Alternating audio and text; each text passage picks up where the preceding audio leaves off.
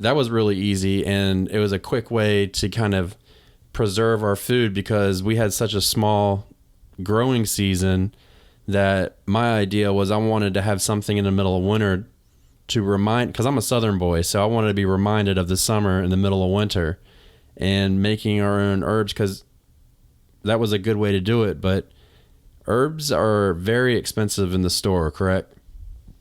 Yeah, extremely expensive.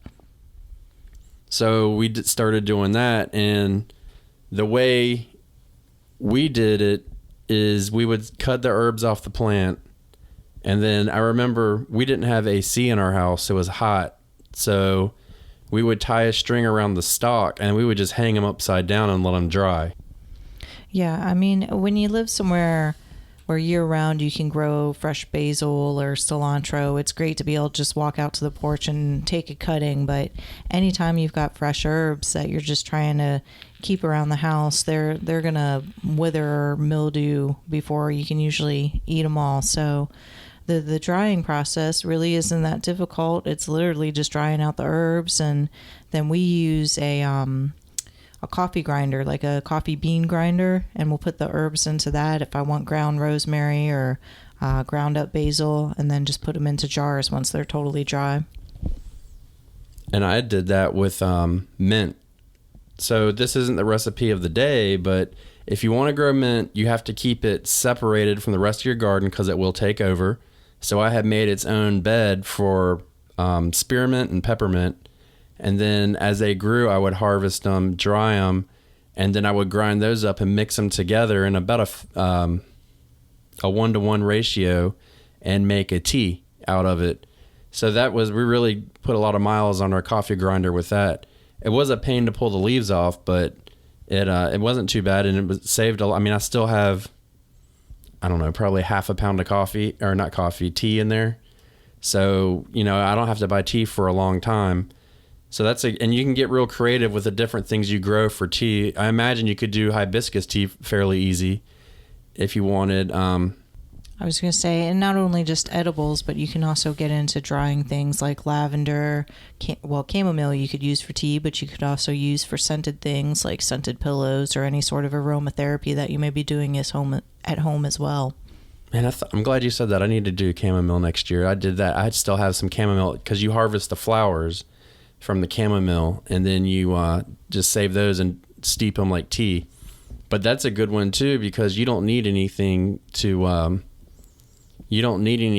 dry it. You just lay it out on a paper towel or like a old window screen or something and let it dry in the sun or in the shade, and then just stick it into some kind of container, and then you have chamomile tea. And we did a lot of that. But the food dehydrator, we did not get a very expensive one, correct? No, I think because it was our first time, we were cautious and just didn't want to spend a whole lot and not be successful. So we got, if you're going to get a dehydrator, I can't really recommend one because we're not currently drying anything. We've moved to canning. But if you're going to dehydrate your food, I would recommend getting a higher end model. Ours was probably, I think I spent about $20 to $30 on it, and it did the job okay, but it took a long time to get things dry. So we did that. We had that for a while, but I think we finally got rid of it because we just weren't drying as much. But I would look into getting not the highest end, but something middle of the road, and that'll kind of keep you, the quality, so it'll dry faster and more efficient. Because you can do a lot of things in there, from meat to vegetables, herbs. We tried to make fruit roll-ups once. I don't remember how that worked out, though. They turned out okay. The way the fruit roll-ups worked on the dehydrator was you had to pour the fruit in the bottom, and I don't think it peeled off the bottom very well. The taste was okay, but the process was a little difficult. But as far as using dehydrators, technically you could use your home oven, but when you start to talk about getting into dehydrating and cost and efficiency, this is where Ben's right, where you should spend a little bit of extra money, because although you could heat your oven and dehydrate, it takes a long time at a very low temperature to properly dehydrate food. Whereas if you buy a dehydrator from the store, then you've got something that's more efficient and isn't going to heat your house up. Right. And if you're going to dehydrate in your oven, you put it on the lowest setting possible and leave it in there. And we use a website called pickyourown.org, and they talk about food preservation a lot in there, and they have directions in there. I'll put a link in the show notes for you. But that's a really good, and that's pretty much the only website we use at this point for food preservation. They kind of walk you through the whole process. They have a lot of recipes and stuff like that. So it's a real good resource to have. We did, after we got done drying everything and we ground up our herbs, we would mix them and we would make different seasonings, and then we would make, like we said, soup packets. We used a lot of the food for backpacking, but we also snacked on the apple chips a lot, and we dried bananas. We tried to dry blueberries. The bananas, did you like them? No, the bananas, we never got the right consistency down because they were either too chewy or they were kind of funky. And I mean, one of the main reasons we want to dry our own food too is if you buy dried fruit at the grocery store, you're buying something that's probably coated in sugar. So that's one of the main benefits of doing it yourself at home, is you can cut out a lot of the extra calories and sugar content. So, and you can do frozen foods too. It doesn't have to just be what you're growing, but take into account what you're growing. So like this year we could grow we could dry tomatoes, peppers. What else would you dry? We could dry green beans. You know what? Dried okra might be kind of good because I like okra, but I don't like the slimy portion. Maybe it would suck the slime out of it. What do you think? I don't know. Good luck with that.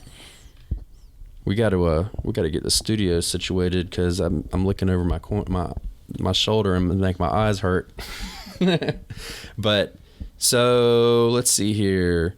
When we were backpacking, I was talking about calories and everything. So I found this calorie calculator thing. Hopefully it's not a cheap ad, but let's say we hiked for 6 hours a day. So that's 368 minutes. And we'll call it 8 miles with a 30-pound pack. Average man, 185 pounds. I think that's average. I don't know. That's my average. So, and we were in the mountains, and it was a cheap ad. No, it says 4,417. Okay, so 4,417, and then if you factor in all of your other nutrition you need daily, based 2,000 calories a day diet. If you wanted to maintain your strength and everything, you need to eat about 5,000 to 6,000 calories, and you would probably want to at least double up on your protein. Would you think so, Miss RN? Yes. Okay. So I have one of these Mountain House meals here, and just to show you how we came up with it, it's 210 calories for the pack, and you would get 3 servings in it, and you get 12 grams of protein per serving. And the sodium was 580 milligrams. So if you ate the whole thing, you would get 600 calories, 36 protein, and over 1,500 sodium. So you're really not getting a lot out of it, and they take up a lot of space. So that's why we started doing it. And we could make a soup packet and mix it with crackers or something like that and have like a small piece of cheese afterwards. And we had figured it out before, but we could easily match that nutrition with half of the weight and a quarter of the space. So that's ultimately why we started drying. We did dry a lot of our own beans too, which was when we switched to a plant-based diet where we got the majority of our protein from on the longer hiking trips. Yeah, the beans were good too. So anyways, we talked about how to dry your herbs. You just cut them, hang them upside down, or you don't have to hang them upside down, but that's just kind of what I did. And then you just leave them where they're going to be warm. And when they're dry and they come off the stalk easy, they're ready to grind if you wish. And the best way to grind them is in the coffee grinder. I've seen people use, what are those things that they use, the witches in the movies? Mortar and pestle. Yeah, you could do it with that. We tried that a couple times, but it made me feel kind of weird, so I didn't do it. But you could do that. You could take it in your hands and rub them back and forth with it in there. You could do it. But I find that a little cheap, $5 coffee grinder, electric one, you just buzz it a couple times. You can look. If it's the consistency you want, you're done. And then after I'm done, I just leave the herbs out for maybe another day just to make sure there's no moisture. And then you can bottle them up and you're good. right? Yeah. And then when do you dry it? Whenever you want. You can dry them in the summer. You can, if you're running the dehydrator that we talked about, you could do that anytime. You can buy fresh fruits and vegetables from the grocery store, and you could do that as well. It's not just what you grow. You can get, and what we used to do is we would go when things were in season. So right now, I guess it's the end of peach season, correct? Yeah, for us, it's the tail end of peach season. So right now, you can go into the store and you can get peaches on a pretty good discount. They're like super cheap because they're trying to get rid of them. And you could stock up on a bunch of ripe peaches, and then you could slice them and dry those if you want to. So it's a good way to save money and make things last. Because little known fact, I saw this in a documentary called, I watch a lot of documentaries, no coincidence, and I'm a documentary director, but we watched Fed Up, and I can't remember the other one, but anyways, it was saying that like your dried fruits that you get from the store, they have more sugar in it than your sodas. And I didn't believe it, but I actually had a bag of dried fruit, and I looked at it, and it broke my heart because I loved eating it, but really what it was just the sugar. So when you dry them yourself, you can still add sugar on it, but you have the control to add how much sugar you want. So instead of putting a cup on, you could just sprinkle a little bit on. You could use stevia if you want that, and then you could still get it sweet. Yeah, and I think with the dried fruits, you just have to, again, read your ingredient labels and look to see, is it the real deal? Does it have additives? Are they adding sugar? I mean, because fruits themselves do have a high sugar content, but I want everybody to remember that there's simple sugars and there's more complex sugars, and your simple sugars are going to be things that are more processed, or things like white sugar, versus the fruits. Even though they're high in sugar, your body's going to process them different, and they are better for you. Yeah, and I mean, fruit sugar is good for you, but you definitely want to just pay attention. So, and our family, particularly what we watch for, other than, meats and stuff like that, which we do eat fish and eggs now, but we watch for sugar. We try to eat as very little added sugar as we can. And I don't know, at first for me it sucked.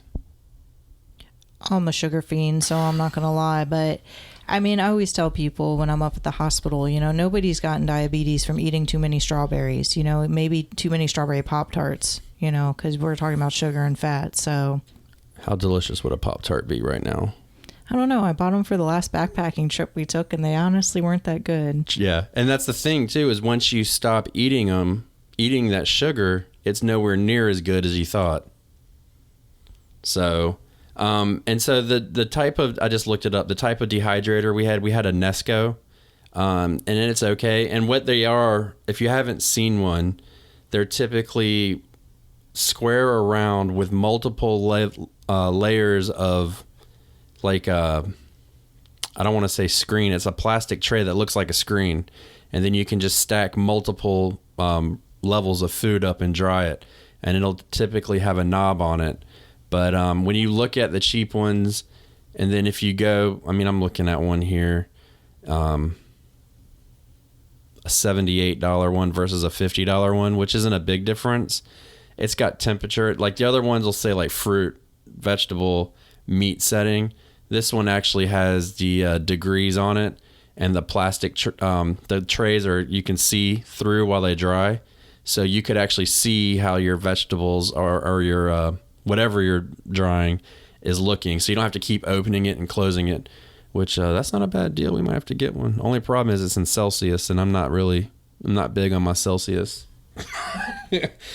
I live in America, as they say in North Carolina. So if we could find one in Fahrenheit for that price, we might actually get one. But yeah, so they're good. And like in this picture, they have kiwi, strawberry, dragon fruit, oranges, and bananas. So there you go. And then you can do that multiple. If you just spend, like, it takes a long time to do it. And pineapple was another good one. Yeah, pineapple was really good. Yeah, pineapple was good. You take it and put it in your oatmeal. But you can do like a whole, like we would take like a whole weekend and we would keep it running, and we would just do that every once in a while, and you just do them in big batches. So it was good. And remember, once it dries, you're good. It doesn't go bad. So let us know how you dry your food and what you use and what you want to dry. And if there's anything that you have, any questions you have, let us know. Give us a shout out. You can hit us at our Facebook page or Instagram. They're both Backyard Gardens the Movie. Our website's backyardgardensthemovie.com. And we'd love to hear more from you. We check out our back episodes that we're releasing and share us and give us a rating on iTunes or your favorite podcast app. It'll really help us out and get us in front of more people because we always want to learn how to grow and grow for change.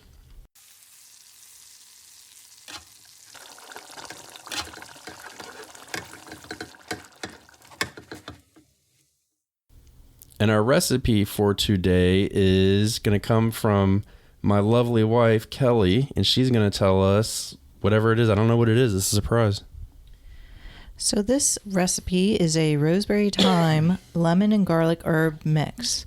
And we're going to give a shout out to cravingsomethinghealthy.com, which is where I'm getting it from. You would take half a cup of packed rosemary leaves, half a cup of packed thyme leaves, and we're talking fresh here, zest 2 lemons, and take a head of garlic cloves peeled. Put them all in a food processor, process for a few minutes, lay them out on a baking sheet, and then just set them aside somewhere warm and dry for about 4 to 8 hours. And once they're dry, then you're good to go. Pack it up and use it for your next recipe. So I don't even know. What would you put that on? I would put it on fish. Oh, yeah. Oh, I bet it'd be good on tofu. It would be good on tofu.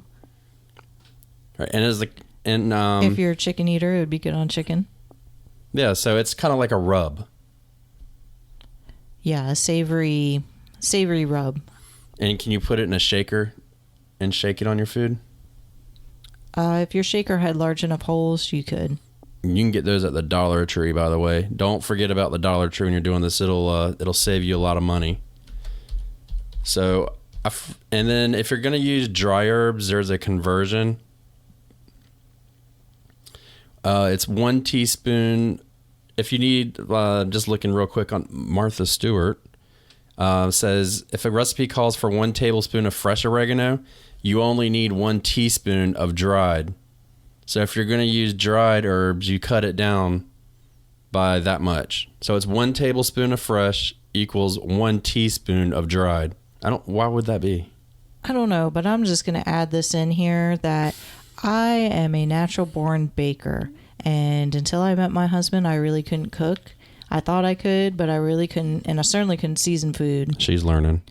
And, you read these recipes, and 1 teaspoon of anything is hardly enough, unless it's salt. But, if something calls for 1 teaspoon of dried any sort of herb, I've learned to just eyeball it and throw in what I want. Well, 1 teaspoon of salt for you is not enough for me. I need a tablespoon. I'm a salt freak. Yeah. He's got the salt, I got the sugar. Yeah. And then one thing I did forget that we dried a lot of, which I can't believe you forgot, was we would, in orange season in the wintertime, orange peels and lemon peels. You just set them out and dry them, and then you can put them and mix them in different things. We would make cleaners and stuff like that, like herbal cleaners. And you could flavor them and make things smell different. So that's another thing to try. And you can put it in your, like if you want to make a scented olive oil, we did that a lot too. So, but that's it for today. Let us know what you like. And if you're on Instagram and you've used any of our recipes, use the hashtag #BackyardGardensTheMovie. And let's show us what you're using, and we'd love to see it. So thanks a lot. Everybody have a good day. Cut. Now you know why people feel like celebrating at harvest time. All over the world, people have feasting and good times when the crops have been gathered in.